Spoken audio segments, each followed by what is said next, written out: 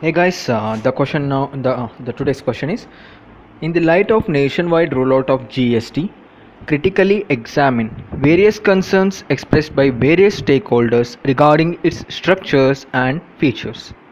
So, GST was unveiled and came into force on July 1st, 2017. So, the question is asking: what are the various concerns or various issues expressed by various stakeholders regarding the structures and various features of GST. So let us try to answer this question. Let us check out what the students have written. So it is a good answer.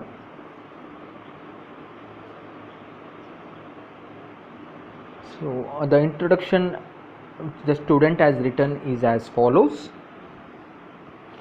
The GST has been hailed as the greatest reform of the century in Indian administration, which is quite true. Though it undoubtedly has the potential to be a game changer in the indirect tax regime of the country, its rollout from July 1st has been met with various concerns. So, what are the concerns? Let us discuss the concerns. The first concern is complicated structure. The multiple tax rates, that is, there are several tax rates of 0%, 5%, 12%, 18%, 28%, and various cess and surcharges over 28% on luxury goods. So multiple tax rates, it it paves way for various disputes like rent seeking and lobbying.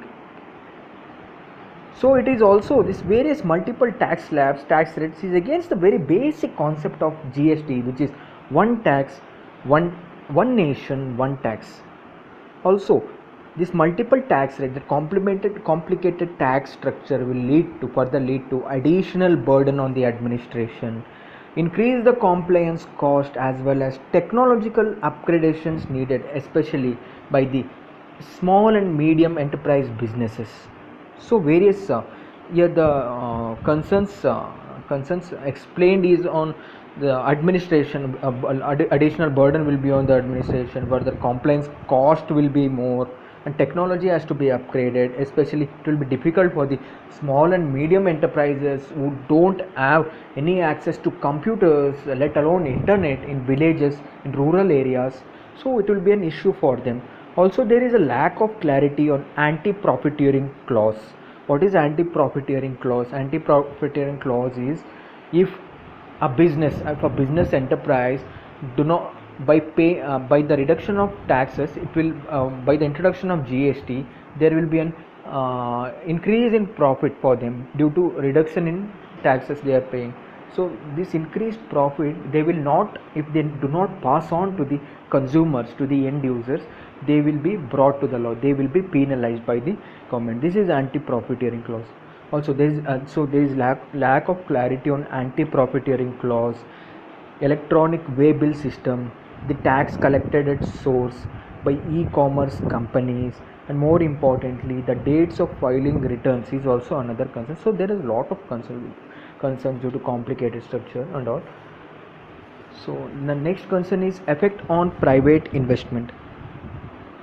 With anxiousness over an untested technology platform, the unpredictability of GST Council, the technology platform they are mentioning here is the GSTN, that is GST network. We have to remember what we have to remember here is GST network. GSTN is not a government body, whereas it is a private body where government is having 49% of its stake. So it is an untested technology platform, GSTN, and the unpredictability of GST Council and the fear of unknown, private businesses are set to temporarily halt future investment plans. So there is a cloud of uncertainty right now, which is embarking on the private sector regarding their investments, growth, and expansion. So it will be so the future investment plans by the private entities will be temporarily altered. Thus, it will further affect the already low levels of such investment in the company.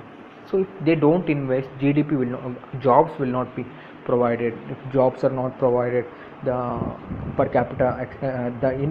per capita income will not increase, so standard of living of the people will not increase, thus the GDP which will go down. So it will have an adverse effect on the private investment. Also, effect on people living with disabilities. So almost all aids and appliances that people use will become at least 5% more expensive. This is the paradox of GST. So already disabled people, the government has introduced the Sugamya Abhiyan, that is Accessible India Abhiyan, which seeks to provide infrastructure facilities for the physically divyang people to access government offices, transport, etc. in this country. So, but there, but by the introduction of GST, their aids, their appliances, their equipments will become costly by at least 5%. So this is a very disturbing aspect for an disabled person in India, already burdened with accessibility issues and additional costs of living.